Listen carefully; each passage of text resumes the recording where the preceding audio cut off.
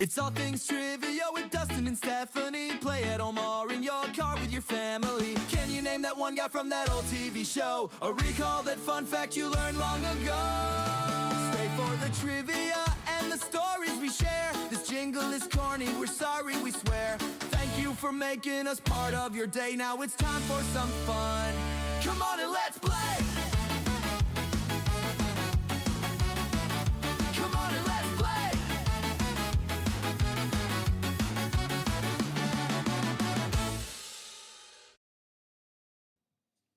Welcome, everybody, to All Things Trivia, the podcast where we put brains to the test and settle the score. I'm your host, Dustin, and I'm here today with my beautiful co-host, Stephanie.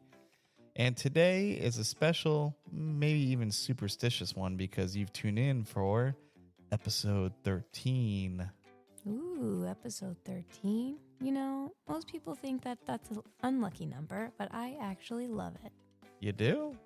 I would have expected you to be boarding up the doors and checking for black cats. What gives? Well, 13 is a lucky number for me because our first child was born on the 13th. And not just any day, but it was a Friday the 13th. So that's like a double dose of good luck if you ask me. Oh yeah, that's right. That was one of our most special and luckiest days of our lives, and in honor of our lucky day and this infamous episode number, we're changing the theme from unlucky number 13 to lucky number 13 trivia.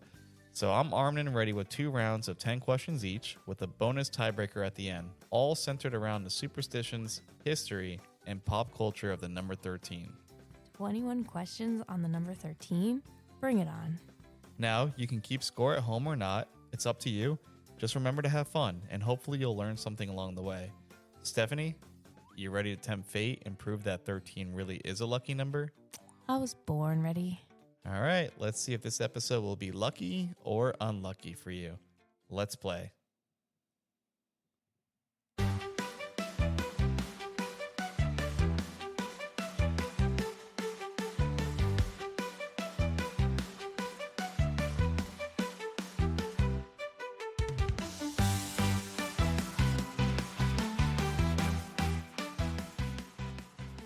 All right. So I want to try something different with round 1. I'm going to try to guess how many I think you're going to get right. Mm-hmm. So I did review all these questions of round 1, and I'm thinking 6 out of 10. Okay, 6 out of 10. I mean, that's better than half. Yeah. More than half, I mean, so. So 13 isn't as easy as I thought it was to write a quiz for. So these questions will do everything with the number 13 as good as I could get it. So let's go forward with question 1. What is the name for the phobia of the number 13?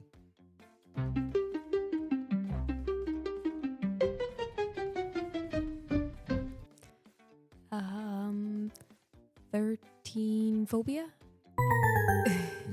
Close. It had the name phobia in it. So it's called triskaidekaphobia. Oh, I mean, that's Started with a 3 T. and 10. That's good. Triskaideka. So the fear of the number 13 is so widespread that many high-rise buildings, hotels, and hospitals will omit the 13th floor in their elevator numbering, going directly from the 12th to the 14th. This culture avoidance is a direct result of triskaidekaphobia. Interesting. So now, if you know someone that has a phobia of the number 13, let's hear what it's called, Steph. Triskaidekaphobia. Close enough. Question 2. What is the 13th state in the United States of America?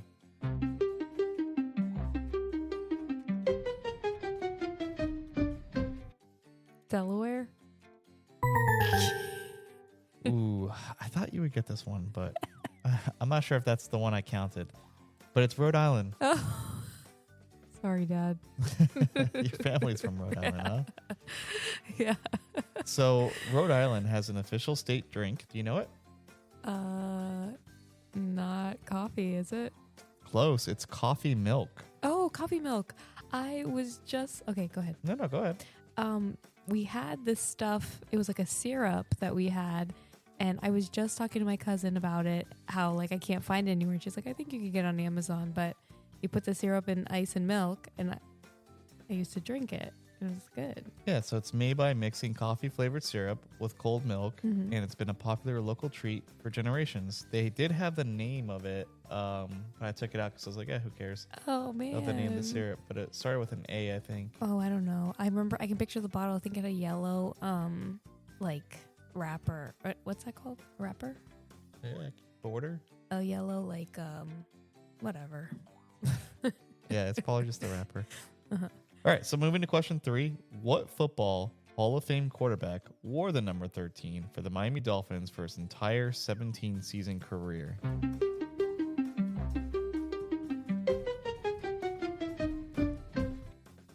Oh, my gosh. What the heck is it? Marino? Yeah. Correct. That's Dan Marino. Yeah. So you got it. Nice.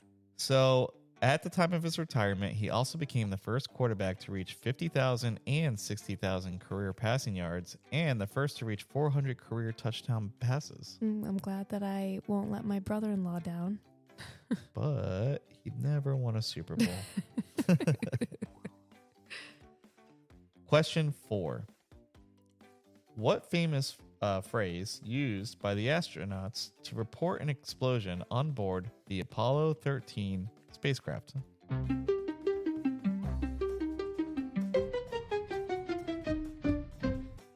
Oh, no. I don't know. Really? I have no idea. You never heard Houston, we have a problem? Oh, my God. I mean, I'm sure they said, oh, no. But that wasn't as famous as Houston, we have a problem. Oh, gosh. I know that. So while the popular movie quote is Houston, we have a problem, the actual words first radioed to mission control by astronaut Jack Swigert were, okay, Houston, we've had a problem here. This was then repeated by Commander Jim Lavelle as Houston, we've had a problem. Mm. Also, from the movie, because, it was based on a true story, Uh-huh. the role of Jim Lavelle was initially offered to John Travolta, who turned it down. Lavelle himself had initially suggested Kevin Costner to play him. Oh. Is that Have who you played- seen Apollo 13? I was just going to say, is that who played him? Because I don't think so. No. Have you seen Apollo 13? I don't think so. Really? I can't remember. Well, Tom Hanks?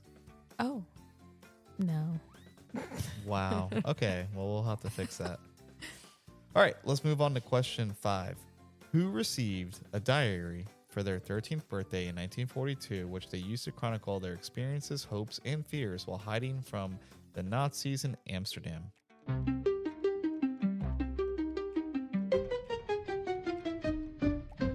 Anne Frank. Correct. Mhm. So Anne's math teacher would often get upset with her for talking during class and refer to her as Mistress Chatterbeck. Mm. So she was a little talker back in the day, huh? Did you ever read the Diary of Anne Frank? Yeah. So sad. You have? You really did? Yeah, I think we read it in school and then we watched the movie, which was not anywhere close to how the book was, kind of. I'm gonna tell you this. I never read it. What? Yeah, no, I never read it. I have to. I know I have to, but I just feel like I'll be too sad to Mhm. read that. Yeah. Question 6. What 2004 American fantasy romantic comedy film is about a girl making a wish on her 13th birthday that has her magically transported from 1987 to 2004 to wake up as her 30-year-old self, forcing her to navigate adulthood and mend the relationship with her childhood best friend?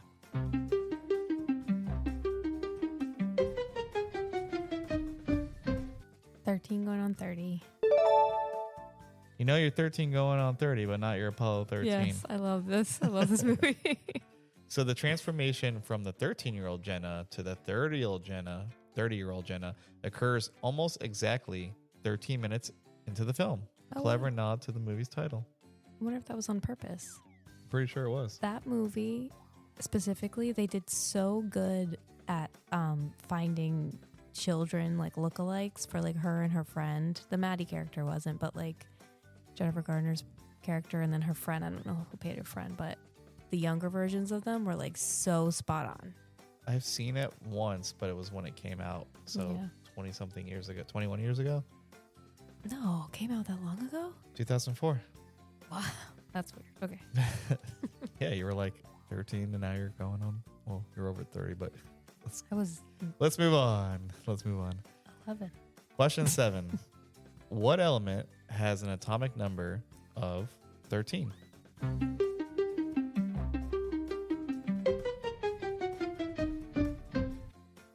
have zero clue. Titanium. Aluminum. Oh. Shut up. Yeah. So during the mid-19th century, before an efficient method of mass production was discovered, aluminum was considered more valuable than both gold and silver. And Napoleon III famously served his most honored guests using aluminum plates and forks and knives, while others had to use gold and silver. That sucks, right? And Pee Wee Herman had an aluminum foil ball. He did. Pretty big one. Man, if I can go back in time and just take their nasty gold and silverware that they didn't want to use for the peasants. Question 8. What theme park was not superstitious and chose the address of 1313?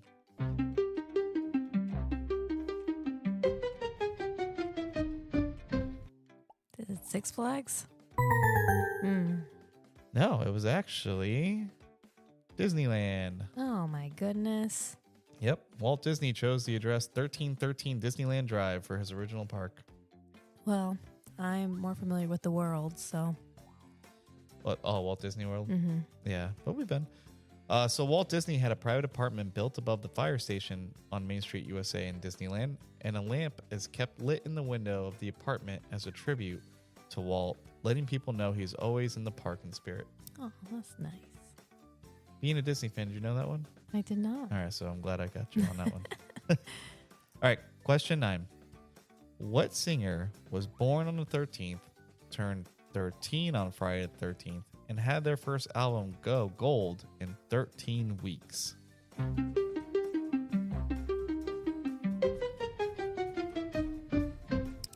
I know my best friend will be so upset if I answer this wrong, but I'm going to say Taylor Swift.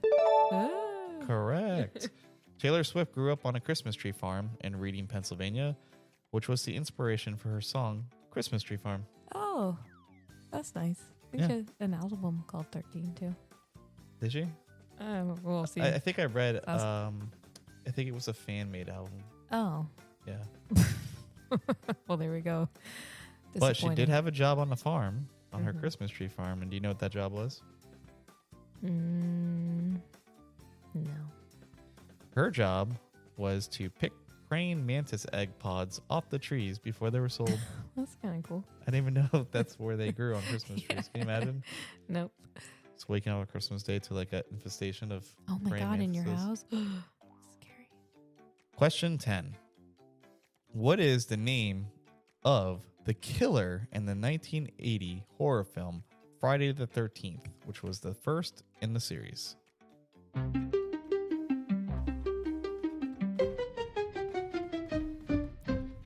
Jason? You said What are you laughing about? we were looking at the Fortnite people and The Jason, Fortnite item shop? that Fortnite item shop, Mhm. and there was a Jason character, and I said, "Is he from Friday the 13th?" And you said, "Yes." Yeah, he is. What? He's not the killer? Well, this is the fun fact, which is not really if you watch the movie. Well, what's the answer? You didn't give me the answer. I'm going to give it to you. Okay. So the answer is Pamela Voorhees, Jason's mother, who was seeking revenge for her son's drowning. So Jason Voorhees only appears in a final jump scare at the end after the audience believes Pamela is the sole murderer. So the whole point of Friday the 13th... But wait, the whole point of Friday the 13th was... And please don't take me at 100% on this because it's been a long time since I've seen it. But the movie was they're at a camp, Crystal Lake, and the counselors are ignoring the kids, something like that, and one of the kids drowns. And then years later, the camp counselors are there and they're being picked off one by one. And I think you're thinking it's this mass killer, but it turns out to be the mother. Okay, but she's dressed up in the mask and stuff? I don't remember. Oh, It's been a long time. I'm You know never- what? I'm never We'll gonna watch it tonight. No, thank you. We'll watch it tonight. Next question. Oh, well, that was question 10. So we're going to tally Oh. up your score, and we'll be right back. And we're back. So we tallied up your score, and you got 4 out of 10 compared to what I thought you would have got was 6 out of 10. So maybe round 1 was a little unlucky with the number 13, but maybe round 2 we can turn that around. Okay. All right. So let's go to question 1 of round 2. Who was the 13th president of the United States, serving from 1850 to 1853?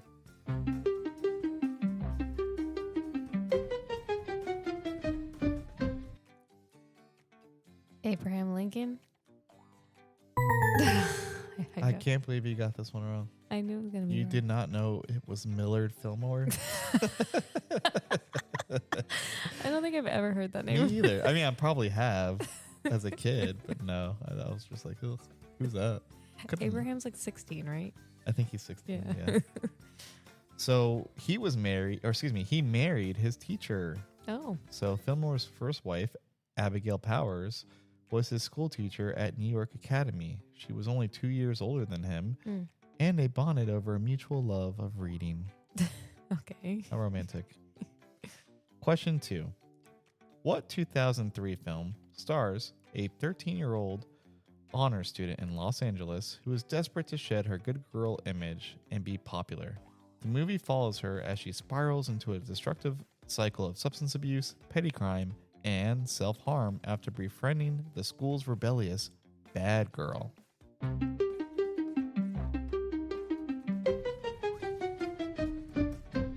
$13. There you go. Trying to make that as easy as possible there. Oh my gosh. So, have you seen this movie? No. Oh, you never did? Mm-mm. I saw it. What year did it come out? 2003. Yeah.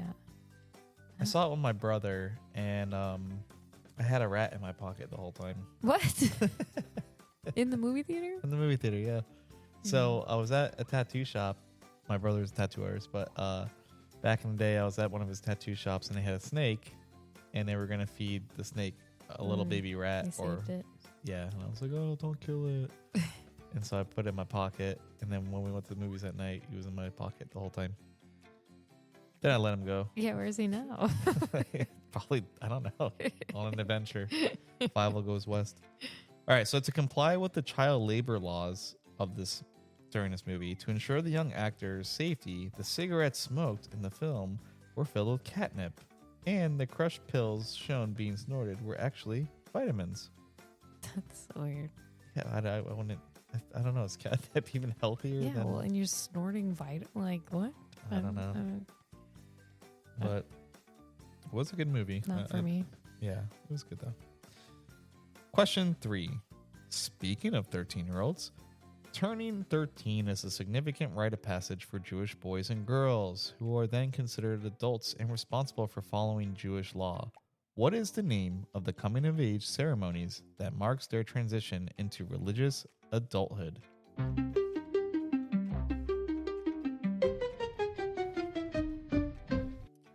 So boys have bar mitzvahs and girls have bat mitzvahs. You are correct. Thank you. So, did you know, which I know you didn't because I didn't know either. Listen to this. You're going to be like, what? It is traditional to give monetary gifts in multiples of 18. This is because the number 18 is the numerical value of the Hebrew word chai, which means life. Giving in multiples of 18 is a wish for a long and good life. So you would give a gift of like $18, $36, $54, and so on. I wish we knew this sooner. I know. Because we just gifted my cousins. So we owe them all $8. Is that a multiple of 18? It's 10 times 18 is 108. Oh, yeah? Let's keep this in the podcast. What, is that wrong? Yeah, 10 times 18 is 180. Oh, I meant, well, 54 plus 54 is 108. So what's that? Oh, well, I mean, you might be right, but that's not 10 times 18. No one said I was good at math. Yeah. All right, let's move forward. You got the question right. That's all that matters, right? Question 4. While a student at a prep school in Seattle, which famous person developed an interest in computers and wrote their first computer program at age 13?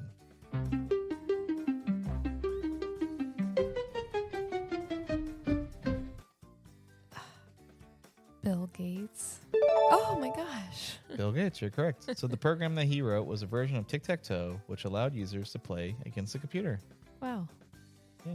The only one I could think of, so I'm glad I was right. I thought you might have went towards like Steve Jobs or something. But then I was like, I know he did like the whole Apple whatever, but I was phones. I don't know. Yeah. Okay. Phones is later. Yeah. Question 5. This is going to be a little bit of a long one, but here we go.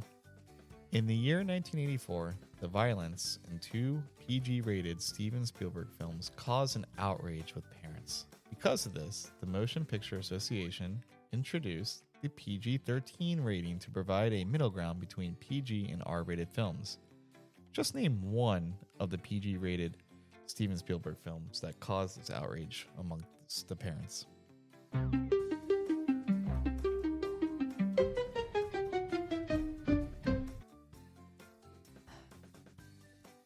Is it Jaws? Double bad one on that one. E.T.? Okay, what is it? So I would have gave you 2 guesses because there are 2 answers. Okay. So it was Indiana Jones Oh. and the Temple of Doom and Gremlins. Oh, Gremlins. I didn't know he did Indiana Jones. Really? No. Zero idea. Gremlins, I guess I knew. Okay. PG-13 is known as the sweet spot for Hollywood blockbusters, especially superhero and action franchises. It allows them to include intense action and mature themes, while still ensuring the widest possible audience, including teenagers, that can attend without a parent. As a follow-up, here comes question 6. Okay. What was the first film released with the PG-13 rating?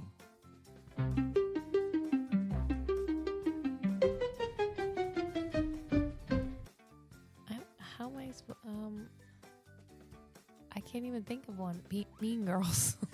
It's not right. Mean Girls? I don't know. The answer is actually Red Dawn. Okay. You never saw Red Dawn? I didn't think you I would see don't Red know. Dawn. What is it? Is it a vampire movie? No, it's a fictional World War III movie. Oh, my Like- favorite. Yeah, like this country has to get defended by a bunch of teenagers. So, despite its PG-13 rating, Red Dawn was actually quite brutal for its era.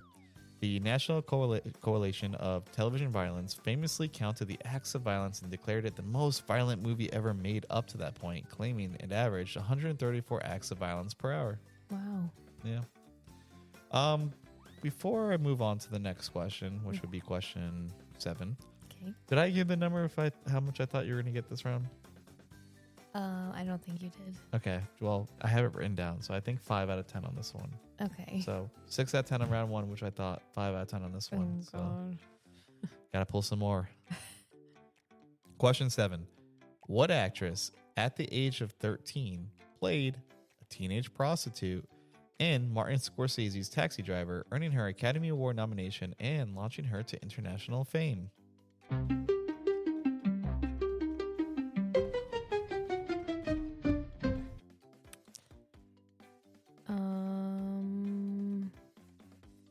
Teenage. Not Drew Barrymore. I can't think of anybody's name. Jodie Foster. Nope.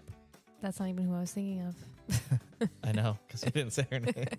Well, the one with the curly hair. Pretty Woman. Julia Roberts? Yeah, but she wasn't a teenager, I guess, right? No, I don't know. But anyways, so this is a good story. I mean, it's a very well-known story about Taxi Driver and Jodie Foster. But John, I think his name is Hinckley Jr., became obsessed with Jodie Foster after seeing her in the film Taxi Driver, leading him to attempt the assassination of President Ronald Reagan in 1981. in a bizarre effort to gain her attention and prove his love. He was later found not guilty by reason of insanity and spent over 3 decades in a psychiatric hospital. Oh, Have you never heard that story? no. So he's actually I think 70 now. And he actually spoke out after Trump's assassination attempt, tweeting, "Violence is not the way to go. Give peace a chance." I was wondering where he was now. He's around. Maybe outside Jodie Foster's house. Who knows? Oh, gosh. Let's move on to question 8.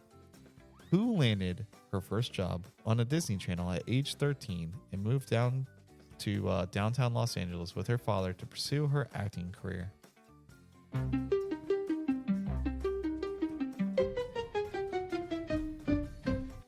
Miley Cyrus? Zendaya? Zendaya. Sorry. Yeah. So Zendaya's first full name. Do you know her full name? No. You just know her as Zendaya. Zendaya, yeah. Cher. Zendaya Marie Stormer Coleman. Mm. And she also famously did many of her own trapeze stunts for the movie The Greatest Showman. Oh, great movie. Did you watch that? Yeah, we watched it. Oh, so good. It was okay. It's a musical. There he goes with no musicals. Question 9. What 2007 film starring George Clooney, Brad Pitt, and Matt Damon follows Danny and his crew as they reunite to defraud a ruthless casino owner after he double-crosses one of their original members?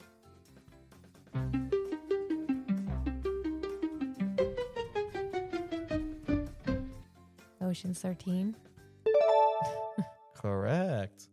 So the fact I have for this one is more towards Ocean's 11, but I think it goes good for what you just brought up.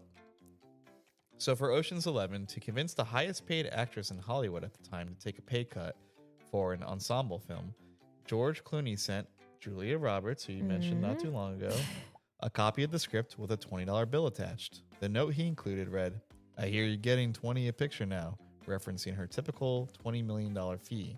She loved the cheekiness and signed on. I really liked Ocean's 11. Do you think if we sent her $20 that she would guest star this podcast? Well, what is she making now? Maybe we'll have to send her 50. She probably makes 50 million now. I don't know. I haven't seen her in a movie in a while. Have you? No, I don't know. I don't keep up with. I don't Julia keep up Roberts. with Julia Roberts. All right, question 10. Okay. If in 1913 you purchased an item for $13, what would that same item cost in 2025?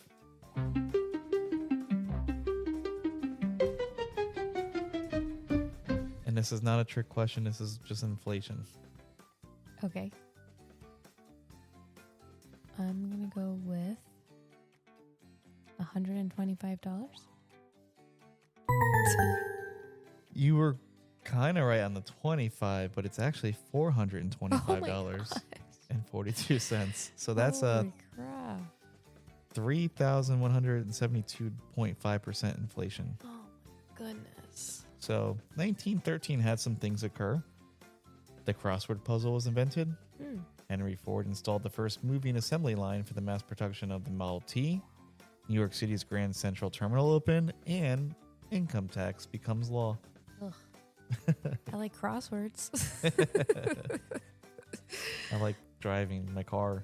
Yeah, I guess. But all right, we will tally up. Let's see what you did, if it was good or bad, after this. All right, we're back. And during the break, we tallied you up, and you had 4 out of 10. So just only one under what I thought you were going to get on that round. So a total of 8 out of 20. Yep, good old 8 out of 20. So maybe 13 is not as lucky as we thought it was, but we could try to turn that around with our tiebreaker question. But before we get to that, and speaking of 13 and bad luck, is there something you do now or in the past to fight bad luck? Maybe a ritual or some kind of charm or maybe even a dance? Well, I definitely used to avoid all the cracks so I wouldn't break my mama's back. That's like bad luck thing, right? That's what I was going to say. And now I also don't let the boys open umbrellas in the house because that They still believe that. makes me, oh yeah, no, that's a bad one. Nothing else. I mean, I don't break mirrors. Yeah, well, Oh, I always knock on wood. Constantly, I'm knocking on wood. yeah. I say it, but I just don't do it. Yeah. Or I do the whole like knock on wood and then knock on my head Yeah. because I think it's funny. What else? You do anything else? What Yeah. do things? you Oh, do the me. ritual? Yeah. What rituals do you have? I mean, yeah, same thing when I was a kid. Just didn't step on the cracks of the sidewalk. I still pick up a penny if I see it on heads, Oh, for good luck. Yeah. or because it's a penny. But no, definitely I like the penny on head. I'll pick it up either way, but I just go ooh heads if I pick it up. But that's about really it. I'll open up an umbrella in the house. No reason to, but I think that's just more of they didn't want kids to knock over their like glassware or anything back then. Oh, wait. I just thought of one. I don't like to put my purse on the ground. That's your money gets out and runs away from you. I don't like Is that. that a real thing? I don't know. My grandma used I to don't say walk it. under ladders. Okay, me too. Yeah. So that's all I got. Let's go on to our tiebreaker. All right, you ready? Yes. So you didn't get the first question about Friday the 13th. Let's see if you'll get this. How many movies are in the Friday the 13th franchise, including spin-offs and reboots? For everybody at home, closest to the number gets it. Stephanie, we'll give you a 1 handicap, meaning you can go 1 under, 1 over.